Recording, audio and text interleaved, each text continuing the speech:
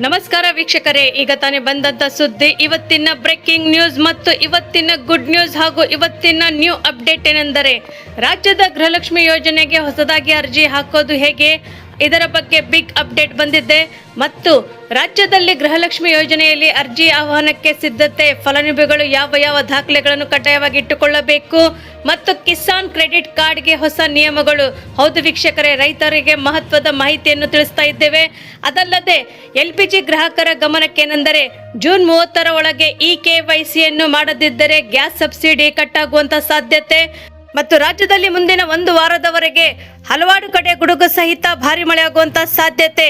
ವೀಕ್ಷಕರೇ, ಈ ಎಲ್ಲ ಮಾಹಿತಿಗಳ ವಿವರವನ್ನು ತಿಳಿಯುವ ಮುನ್ನ ತಾವು ನಮ್ಮ ಚಾನೆಲ್ಗೆ ಮೊದಲು ಬಾರಿ ಭೇಟಿ ನೀಡ್ತಾ ಇದ್ರೆ ದಯವಿಟ್ಟು ಸಬ್ಸ್ಕ್ರೈಬ್ ಮಾಡಿ, ಪಕ್ಕದಲ್ಲಿರುವಂತಹ ಬೆಲ್ ಅನ್ನು ಒತ್ತಿ ಹಾಗೂ ಲೈಕ್ ಮಾಡಿ. ಈ ಎಲ್ಲ ಮಾಹಿತಿಗಳ ವಿವರ ತಿಳಿಯಬೇಕಾದ್ರೆ ದಯವಿಟ್ಟು ತಾವು ಸ್ಕಿಪ್ ಮಾಡದೆ ಈ ವಿಡಿಯೋವನ್ನು ಪೂರ್ತಿಯಾಗಿ ನೋಡಿ. ವೀಕ್ಷಕರೇ, ರಾಜ್ಯದ ಗೃಹಲಕ್ಷ್ಮಿಯರಿಗೆ ಒಂದು ಬಿಗ್ ಅಪ್ಡೇಟ್. ಹೌದು ವೀಕ್ಷಕರೇ, ರಾಜ್ಯ ಸರ್ಕಾರದ ಮಹತ್ವಾಕಾಂಕ್ಷೆಯಾದಂತಹ ಗೃಹಲಕ್ಷ್ಮಿ ಯೋಜನೆ ಕೆಲ ಅಪ್ರಾಪ್ತರಿಗೂ ಹೋಗುತ್ತಿತ್ತು. ಮನೆ ಯಜಮಾನಿಗೆ ಸರ್ಕಾರದಿಂದ ಕೊಡುವಂತಹ 2,000 ರೂಪಾಯಿ ಹಣವನ್ನು ಮೃತರ ಹೆಸರಿನಲ್ಲಿ ಕೂಡ ಕುಟುಂಬಗಳು ಸ್ಥಗಿತಗೊಳಿಸದೆ ಪಡೆಯುತ್ತಿದ್ದರು. ಹಾಗಾದರೆ ಕೆಲವರು ಆದಾಯ ತೆರಿಗೆ ಪಾವತಿ ಮಾಡುತ್ತಿದ್ದರೂ ಕೂಡ ಪ್ರತಿ ತಿಂಗಳು 2,000 ರೂಪಾಯಿಗಳನ್ನು ಹಣವನ್ನು ಗೃಹಲಕ್ಷ್ಮಿಯಿಂದ ಪಡೆಯುತ್ತಿದ್ದರೆಂದು ಕೂಡ ಮಾಹಿತಿ ಬಂದಿದೆ. ಅದಲ್ಲದೆ ಪರಿಗಣಿಸಿದಂತಹ ರಾಜ್ಯ ಸರ್ಕಾರವು ಗೃಹಲಕ್ಷ್ಮಿ ಯೋಜನೆಯನ್ನು ಪರಿಷ್ಕರಿಸಲು ಮುಂದಾಗಿದೆ. ಬಡವರಿಗೆ, ವಿಶೇಷವಾಗಿ ಮಹಿಳೆಯರು ಸ್ವಾವಲಂಬಿಗಳು ಆಗಬೇಕೆಂದು ಸಿಎಂ ಸಿದ್ದರಾಮಯ್ಯ ಸರ್ ಅವರು ಮುಖ್ಯಮಂತ್ರಿಯಾಗಿದ್ದಾಗ ಪ್ರತಿ ಮನೆ ಯಜಮಾನಿಗೆ ಪ್ರತಿ ತಿಂಗಳು 2,000 ರೂಪಾಯಿಗಳು ಕೊಡುವ ಗೃಹಲಕ್ಷ್ಮಿ ಯೋಜನೆಯನ್ನು ಆರಂಭಿಸಿದ್ದರು. ಇದರಿಂದ ರಾಜ್ಯ ಸರ್ಕಾರ ಬೊಕ್ಕಸಕ್ಕೆ ಹೊರೆಯಾಗುತ್ತಿತ್ತು. ಇದೀಗ ರಾಜ್ಯ ಸರ್ಕಾರವು ಗೃಹಲಕ್ಷ್ಮಿ ಯೋಜನೆಯ ಪರಿಷ್ಕರಣೆ ಮಾಡಲು ರಾಜ್ಯ ಸರ್ಕಾರ ತಯಾರಿ ಮಾಡಿದೆ ಎಂದು ಕೂಡ ಹೇಳಬಹುದಾಗಿದೆ. ಎಲ್ಲ ಫಲಾನುಭವಿಗಳು ಮತ್ತೊಮ್ಮೆ ಅರ್ಜಿ ಸಲ್ಲಿಸಬೇಕು ಎಂದು ಕೂಡ ಸೂಚಿಸಿದೆ. ಅಲ್ಲದೆ ಯಾವ ದಾಖಲೆಗಳನ್ನು ಕೂಡ ಇಟ್ಟುಕೊಳ್ಳಬೇಕು, ಮಾರ್ಗಸೂಚಿ ಕೂಡ ಪ್ರಕಟಣೆ ಮಾಡಿದರೆಂದು ಕೂಡ ಸರ್ಕಾರವು ಉನ್ನತ ಮೂಲಗಳು ತಿಳಿಸಿವೆ ಎಂದು ಕೂಡ ಹೇಳಲಾಗುತ್ತಿದೆ. ಹಾಗಾದ್ರೆ ಅನಕ್ಷರಸ್ಥರಿಗೆ ಸಹಾಯ ಮಾಡಲಿರುವಂತಹ ಅಂಗನವಾಡಿ ಸಿಬ್ಬಂದಿಗಳು ಸಹಾಯ ಮಾಡಲಿಕ್ಕೆ ಮಹಿಳಾ ಮತ್ತು ಮಕ್ಕಳ ಅಭಿವೃದ್ಧಿ ಇಲಾಖೆಯ ಗೃಹಲಕ್ಷ್ಮಿ ಯೋಜನೆಯು ಪರಿಷ್ಕರಣೆ ನಡೆಸುತ್ತಿದ್ದು ಅಂತಿಮ ಹಂತದ ತಯಾರಿ ಕೂಡ ಮಾಡಿಕೊಳ್ಳುತ್ತಿದೆ ಎಂದು ಕೂಡ ಹೇಳಬಹುದು. ಅರ್ಜಿ ಸಲ್ಲಿಸಲು ಬಾರದವರಿಗೆ ಸಹಾಯ ಮಾಡಲೆಂದೇ ಅಂಗನವಾಡಿ ಸಿಬ್ಬಂದಿ ಬಳಸಿಕೊಳ್ಳಲು ಇಲಾಖೆಯು ಮುಂದಾಗಿದೆ. ಗೃಹಲಕ್ಷ್ಮಿ ಯೋಜನೆಗೆ ಹೊಸದಾಗಿ ಅರ್ಜಿ ಸಲ್ಲಿಸುವುದು ಹೇಗೆಂದು ಕೂಡ ತಿಳಿದುಕೊಳ್ಳೋಣ.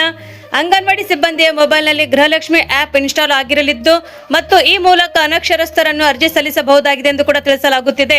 ಅನಕ್ಷರಸ್ಥರು ಮಾತ್ರವಲ್ಲದೆ ಬಡವರು, ಕೂಲಿ ಕಾರ್ಮಿಕರು, ಕೈಲಾಗದಂತಹ ಕೂಡ ಅಂಗನವಾಡಿ ಸಿಬ್ಬಂದಿಯ ಮೂಲಕ ಅರ್ಜಿಯನ್ನು ಸಲ್ಲಿಸಬಹುದಾಗಿದೆ ಎಂದು ಕೂಡ ತಿಳಿಸಲಾಗುತ್ತಿದೆ. ಇದಲ್ಲದೆ ಕರ್ನಾಟಕ 1, ಬೆಂಗಳೂರು 1, ಗ್ರಾಮ್ 1 ಮತ್ತು ಸೇವಾ ಕೇಂದ್ರಗಳಲ್ಲಿ ಕೂಡ ಗೃಹಲಕ್ಷ್ಮಿ ಯೋಜನೆಗೆ ಹೊಸದಾಗಿ ಅರ್ಜಿ ಸಲ್ಲಿಸಬಹುದಾಗಿದೆ ಎಂದು ಕೂಡ ಮಾಹಿತಿ ಬಂದಿದೆ. ಅದಲ್ಲದೆ ಹೊಸದಾಗಿ ಅರ್ಜಿ ಸಲ್ಲಿಸಲು ಯಾವ ದಾಖಲೆಗಳನ್ನು ಇಟ್ಟುಕೊಳ್ಳಬೇಕು ತಿಳಿದುಕೊಳ್ಳೋಣ. ಕರ್ನಾಟಕದಲ್ಲಿ ಇರುವಂತಹ ಬ್ಯಾಂಕ್ ಖಾತೆ ವಿವರ ನೀಡಬೇಕು ಮತ್ತು BPL ಅಥವಾ APL ಕಾರ್ಡ್ಗಳನ್ನು ಕೂಡ ಹೊಂದಿರಬೇಕು ಮತ್ತು IT ಅಥವಾ GST ಪಾವತಿದಾರರು ಗೃಹಲಕ್ಷ್ಮಿ ಯೋಜನೆಗೆ ಅರ್ಹರು ಆಗಿರುವುದಿಲ್ಲ ಎಂದು ಕೂಡ ಹೇಳಲಾಗುತ್ತಿದೆ.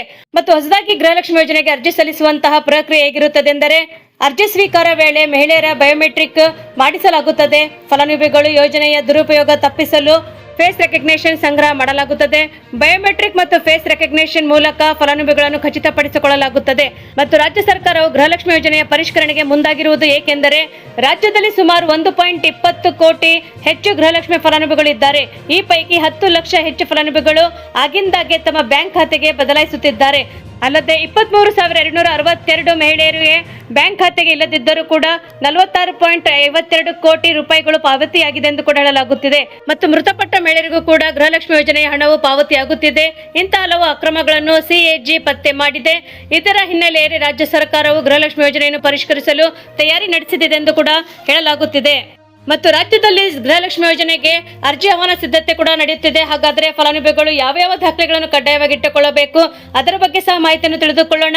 ರಾಜ್ಯ ಸರ್ಕಾರದ ಮಹತ್ವಾಕಾಂಕ್ಷೆಯಾದಂತಹ ಗೃಹಲಕ್ಷ್ಮಿ ಯೋಜನೆಯ ದುರುಪಯೋಗವನ್ನು ತಡೆಗಟ್ಟಲು ಮತ್ತು ಕೇವಲ ಅರ್ಹರಿಗೆ ಮಾತ್ರ ಯೋಜನೆಯ ಲಾಭ ತಲುಪಿಸಲು ಮಹಿಳಾ ಮತ್ತು ಮಕ್ಕಳ ಅಭಿವೃದ್ಧಿ ಇಲಾಖೆಯ ಮಹತ್ವದ ಹೆಜ್ಜೆಯನ್ನು ಇಟ್ಟಿದೆ ಎಂದು ಕೂಡ ಹೇಳಲಾಗುತ್ತಿದೆ. ಹೊಸದಾಗಿ ಅರ್ಜಿಯನ್ನು ಆಹ್ವಾನಿಸಲು ಇಲಾಖೆಯು ಅಂತಿಮ ಹಂತದ ಸಿದ್ಧತೆಗಳನ್ನು ಕೂಡ ಮಾಡಿಕೊಳ್ಳುತ್ತಿದ್ದು ಮತ್ತು ಮುಂದಿನ 2 ಅಥವಾ 3 ದಿನಗಳಲ್ಲಿ ಅಧಿಕೃತ ಮಾರ್ಗಸೂಚಿಯನ್ನು ಬಿಡುಗಡೆ ಮಾಡಲಾಗುತ್ತದೆ ಎಂದು ಕೂಡ ಹೇಳಲಾಗುತ್ತಿದೆ. ಹಾಗಾದ್ರೆ ಈ ಯೋಜನೆ ಅಡಿಯಲ್ಲಿ ಮೃತಪಟ್ಟವರ ಹೆಸರಿನಲ್ಲಿ ಹಣ ಪಾವತಿಯಾಗುತ್ತಿತ್ತು ಮತ್ತು IT ಅಥವಾ ತೆರಿಗೆದಾರರು ಕೂಡ ಈ ಯೋಜನೆಯ ಲಾಭವನ್ನು ಪಡೆಯುತ್ತಿದ್ದರೆಂದು ಕೂಡ ಸರ್ಕಾರ ಗಂಭೀರವಾಗಿ ಪರಿಗಣಿಸಿದೆ. ಹೀಗಾಗಿ ಈ ಬಾರಿ ನಿಯಮಗಳು ಬಿಗಿಗೊಳಿಸಲಾಗುತ್ತಿದೆ ಎಂದು ಕೂಡ ಹೇಳಲಾಗುತ್ತಿದೆ. IT ಅಥವಾ GST ಪಾವತಿದಾರರು ಹಾಗೂ ಮೃತಪಟ್ಟಿರುವಂತಹ ಹೆಸರಿನಲ್ಲಿ ಅರ್ಜಿ ಸಲ್ಲಿಸುವುದು ಅವಕಾಶ ಇರುವುದಿಲ್ಲ. ಯಾಕೆಂದ್ರೆ ಈಗ ಅರ್ಜಿ ಸಲ್ಲಿಸುವುದು ಹೇಗೆ ಅಂತ ತಿಳಿದುಕೊಳ್ಳೋಣ. ಮೊದಲಿಗೆ ಅಪ್ಲಿಕೇಶನ್ ಮೂಲಕ ಅರ್ಜಿಯನ್ನು ಸಲ್ಲಿಸಬೇಕಾಗುತ್ತದೆ.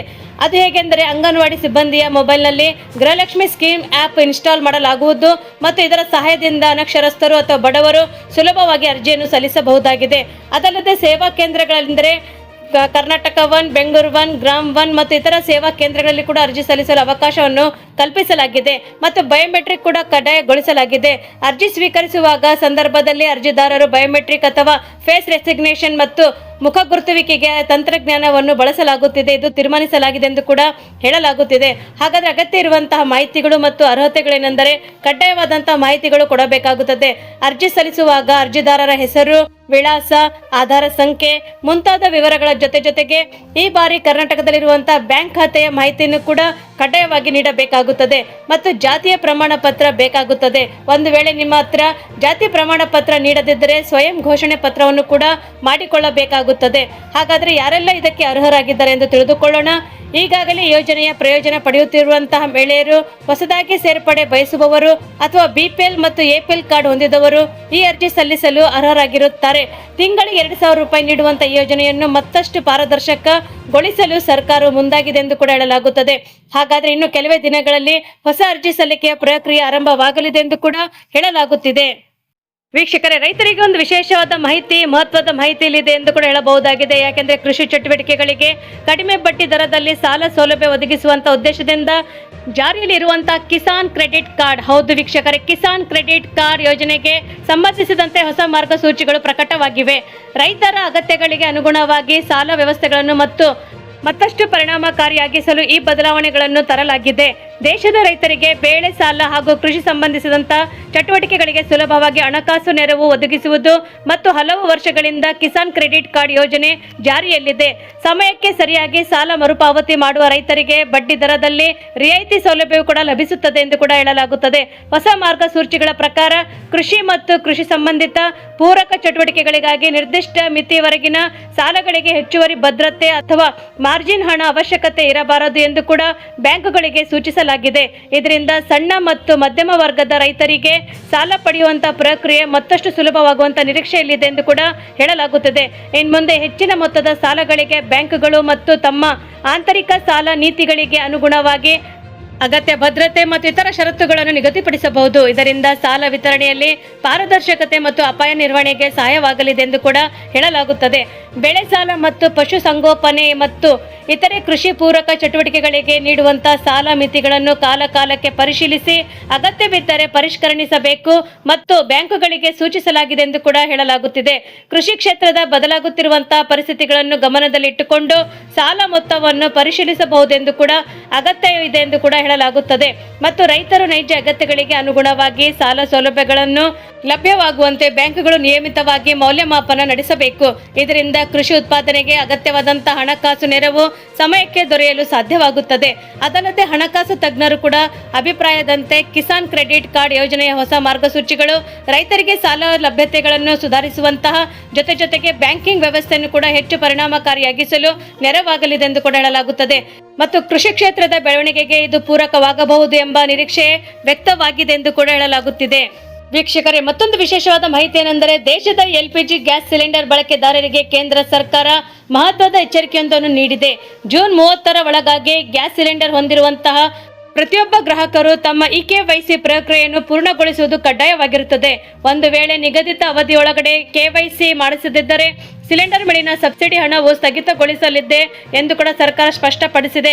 ಯಾಕೆಂದರೆ ಅರ್ಹ ಫಲಾನುಭವಿಗಳಿಗೆ ಮಾತ್ರ ಸಬ್ಸಿಡಿ ಸೌಲಭ್ಯ ಸಿಗಬೇಕು ಮತ್ತು ಅಕ್ರಮವಾಗಿ ಸಬ್ಸಿಡಿ ಪಡೆಯುವಂತಹ ತಡೆಗಟ್ಟುವುದಕ್ಕೆ ಮತ್ತು ಈ ಉದ್ದೇಶದಿಂದ ಸರ್ಕಾರವು ಅಂದರೆ ಕೇಂದ್ರ ಸರ್ಕಾರವು ನಿಯಮವನ್ನು ಜಾರಿಗೆ ತಂದಿದೆ ಎಂದು ಕೂಡ ಹೇಳಲಾಗುತ್ತಿದೆ. ಗ್ಯಾಸ್ ಬುಕ್ಕಿಂಗ್ ಅಥವಾ ಡೆಲಿವರಿ ನಿಲ್ಲಿಸುವುದಿಲ್ಲ, ಆದರೆ KYC ಪೂರ್ಣಗೊಳಿಸದಿದ್ದರೆ ಕೇವಲ ಸಬ್ಸಿಡಿ ಹಣ ಮಾತ್ರ ನಿಲ್ಲುತ್ತದೆ ಎಂದು ಕೂಡ ಹೇಳಲಾಗುತ್ತದೆ. ಗ್ಯಾಸ್ ಸಿಲಿಂಡರ್ ಬುಕ್ಕಿಂಗ್ ಎಂದಿನಂತೆ ಮುಂದುವರಿಯಲಿದೆ. KYC ಆಗಿಲ್ಲ ಎಂದು ನೆಪಗೊಟ್ಟು ಇದ್ದರೆ ಕೂಡ ಯಾವುದೇ ಕಾರಣಕ್ಕೂ ಗ್ರಾಹಕರ ಗ್ಯಾಸ್ ಬುಕ್ಕಿಂಗ್ ಅಥವಾ ಡೆಲಿವರಿಯನ್ನು ನಿಲ್ಲಿಸಬಾರದೆಂದು ಕೂಡ ಕೇಂದ್ರ ಸರ್ಕಾರವು ತಿಳಿಸಿದೆ. ಗ್ಯಾಸ್ ಏಜೆನ್ಸಿಗಳಿಗೆ ಖಡಕ್ ಆದೇಶವು ಕೂಡ ನೀಡಿದೆ ಎಂದು ಕೂಡ ಹೇಳಲಾಗುತ್ತದೆ. ಆದರೆ ನಿಯಮ ಮೀರಿ ಬುಕ್ಕಿಂಗ್ ನಿಲ್ಲಿಸುವ ಏಜೆನ್ಸಿಗಳ ವಿರುದ್ಧ ಕಠಿಣ ಕ್ರಮ ಕೈಗೊಳ್ಳಲಾಗುವುದೆಂದು ಕೂಡ ಕೇಂದ್ರ ಸರ್ಕಾರವು ಎಚ್ಚರಿಕೆ ಕೊಟ್ಟಿದೆ ಎಂದು ಕೂಡ ಹೇಳಲಾಗುತ್ತಿದೆ. ಹಾಗಾದರೆ KYC ಮಾಡಲು ಇರುವಂತಹ ಸುಲಭ ಮಾರ್ಗಗಳು ಯಾವೆಂದರೆ ಗ್ರಾಹಕರು ತಮ್ಮ KYCಯನ್ನು ಹಲವು ಸುಲಭ ವಿಧಾನಗಳಿಂದ ಮೂಲಕ ಪೂರ್ಣಗೊಳಿಸಬಹುದಾಗಿದೆ ಮತ್ತು ಸಿಲಿಂಡರ್ ಡೆಲಿವರಿ ಬಾಯ್ ಮೂಲಕವೂ ಕೂಡ ಸಿಲಿಂಡರ್ ತಲುಪಲು ಬರುವಂತ ಡೆಲಿವರಿ ಬಾಯ್ ಬಳಿ ಬಯೋಮೆಟ್ರಿಕ್ ಯಂತ್ರಗಳು ಇರುತ್ತವೆ. ಈ ಸಹಾಯದಿಂದಾಗಿ ಮನೆಯಲ್ಲೇ KYC ಮಾಡಿಸಬಹುದಾಗಿದೆ. ಮತ್ತು ಗ್ಯಾಸ್ ಏಜೆನ್ಸಿ ಕಚೇರಿಯಲ್ಲಿ ಕೂಡ ನಿಮ್ಮ ಹತ್ತಿರದ ಗ್ಯಾಸ್ ಏಜೆನ್ಸಿ ಕಚೇರಿಗೆ ಭೇಟಿ ನೀಡಿ ಹೆಬ್ಬೆರಳು ಗುರುತನ್ನು ಕೊಡುವುದರ ಮೂಲಕ ಅಥವಾ ಮುಖ ಗುರುತುವಿಕೆ ಕೊಡುವುದರ ಮೂಲಕ ಇದರ ಮಾಹಿತಿ ನೀಡಿ KYCನೂ ಕೂಡ ಮುಗಿಸಬಹುದಾಗಿದೆ. ಆನ್ಲೈನ್ ಮೂಲಕವೂ ಸಹ ಮಾಡಬಹುದಾಗಿದೆ. ನಿಮ್ಮ ಗ್ಯಾಸ್ ಕಂಪನಿಯ ಅಧಿಕೃತ ಮೊಬೈಲ್ ಅಥವಾ ಮೊಬೈಲ್ ಆ್ಯಪ್ ಅಥವಾ ವೆಬ್ಸೈಟ್ನಲ್ಲಿ ಕೂಡ ಮೂಲಕವೂ ನೀವು ಆನ್ಲೈನ್ನಲ್ಲಿಯೇ KYC ಪ್ರಕ್ರಿಯೆಯನ್ನು ಕೂಡ ಪೂರ್ಣಗೊಳಿಸಬಹುದಾಗಿದೆ. ಗಮನಿಸಿ, ಈಗಾಗಲೇ ಯಶಸ್ವಿಯಾಗಿ KYC ಕೂಡ ಪೂರ್ಣಗೊಳಿಸಿರುವಂತಹ ಗ್ರಾಹಕರು ಮತ್ತೊಮ್ಮೆ ಮಾಡುವ ಅಗತ್ಯ ಇರುವುದಿಲ್ಲ. ಯಾಕೆಂದರೆ ಪ್ರತಿ ಹಣಕಾಸು ವರ್ಷಕ್ಕೊಮ್ಮೆ ಕಡ್ಡಾಯವಾಗಿರುತ್ತದೆ. ಪ್ರತಿ ಹಣಕಾಸು ವರ್ಷದಲ್ಲಿ ಒಮ್ಮೆಯಾದರೂ ಸಹ KYC ಮಾಡಿಸುವುದು ಕಡ್ಡಾಯವಾಗಿರುತ್ತದೆ. ಆಗ ಮಾತ್ರ ಸಬ್ಸಿಡಿ ಹಣವು ನೇರವಾಗಿ ಬ್ಯಾಂಕ್ ಖಾತೆಗೆ ಜಮಾ ಆಗುತ್ತದೆ. ಮತ್ತು ಒಂದು ವೇಳೆ ಸಬ್ಸಿಡಿ ಕಟ್ ಆಗಿದ್ದಲ್ಲಿ ಗ್ರಾಹಕರು ಮತ್ತೆ KYC ಮಾಡಿಸಿದ ನಂತರವೇ ಸಬ್ಸಿಡಿ ಹಣವು ಬ್ಯಾಂಕ್ ಖಾತೆಗೆ ನೇರವಾಗಿ ತಲುಪಲು ಪ್ರಾರಂಭವಾಗುತ್ತದೆ. ವಿಶೇಷವಾಗಿ ಪ್ರಧಾನಮಂತ್ರಿ ಉಜ್ವಲ ಯೋಜನೆ ಅಡಿಯಲ್ಲಿ ಉಚಿತ ಗ್ಯಾಸ್ ಸಂಪರ್ಕ ಪಡೆದಿರುವ ಗ್ರಾಹಕರು ಜೂನ್ 30ರ ಒಳಗಾಗಿ KYC ಮಾಡಿಸದಿದ್ದರೆ ಅವರಿಗೆ ಸಿಗುವಂತಹ ₹300 ಸಬ್ಸಿಡಿ ಹಣವು ಸ್ಥಗಿತಗೊಳಿಸಲಾಗುತ್ತದೆ. ಆದ್ದರಿಂದ ಗ್ರಾಹಕರು ಕೊನೆಯ ದಿನಾಂಕವರೆಗೆ ಕಾಯ್ದೆ ತಕ್ಷಣವೇ ಹೋಗಿ KYC ಪ್ರಕ್ರಿಯೆಯನ್ನು ಮುಗಿಸಿಕೊಳ್ಳಲು ಕೋರಲಾಗಿದೆ ಎಂದು ಕೂಡ ಹೇಳಲಾಗುತ್ತಿದೆ.